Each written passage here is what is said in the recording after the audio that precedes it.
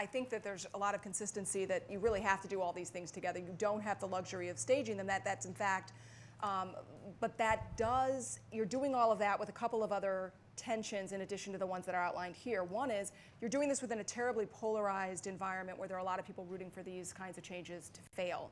And two, you're having to do this with the talent that we've got on the ground, which isn't necessarily the talent that we need in all the right places. So you're going to hear a lot about capacity building. Nonetheless, train's moving along even while we know that we've got some real capacity issues. And then finally, doubling down on the capacity, you know, the training programs for principals and teachers and superintendents and others is also playing a serious game of catch-up. So that's not even changing even for the new people who are coming in the field.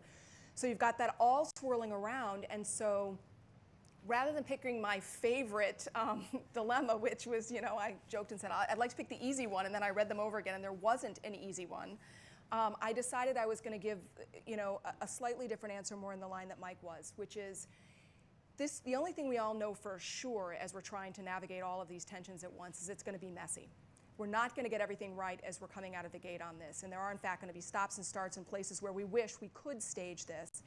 So if you haven't figured out at the district level, at the state level, and beyond how to problem solve, you're going to be in serious trouble. And that's what we're struggling with in Illinois, is how do you make sure you've got the right people around the table and the right spirit of collaborative problem solving, and then how do you communicate along the way? Because there's a huge amount of expectation setting or a challenge around expectation setting that I think we all need to come to grips with. That if we try to set this up as like we figured all this stuff out and it's all going to go beautifully and everything is going to be, you know, rosy and much better for our kids, that's not going to happen, and we're setting ourselves up for these for this effort to get left by the wayside. And one of the essays mentions the work that Tennessee did getting in front of raising their cut scores on their exams to be more college ready.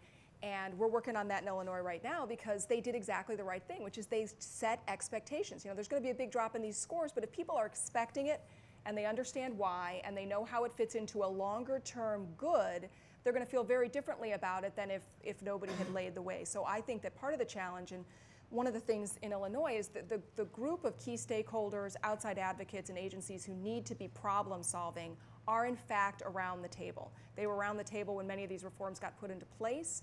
They continue to be around the table in a very structured way. There's an actual advisory council so that as problems are coming up, there's a place to go with them. And you've got everybody working together to try and problem solve instead of rooting for things to fail, which doesn't mean there aren't people rooting for things to fail, because there assuredly are. And I would say that one of the things that I think also is helpful, and different people in this room have different roles to play, is as much as there needs to be pressure and voice and noise coming from lots of quarters to stay the course, that this is going to be hard, this is going to be messy, but ultimately our kids are going to benefit from this and really need to benefit from this, and these are long overdue. There do need to be voices that say, but you're going to have to expect some bumps along the way, and this isn't going to work perfectly. And the one that's hitting first in Illinois that we're the most nervous about, just because of the hearts and mind, are the teacher evaluations. Because if we don't do that well, and if we don't allow ourselves to do that well, which may mean adjusting course, but trying to do that in a way where we're not losing our way or just getting off the rails entirely, we're going to lose the people who have to implement all this other stuff. I mean, the teachers and the principals who are in the middle of that, who feel that responsibility very keenly and are trying to do right by kids even while all these new things are coming. On the one hand, you want to say to them, look, you're going to have to get used to a world of change. That's, you know, that's healthy, that's good. In a lot of other countries, that's more the norm.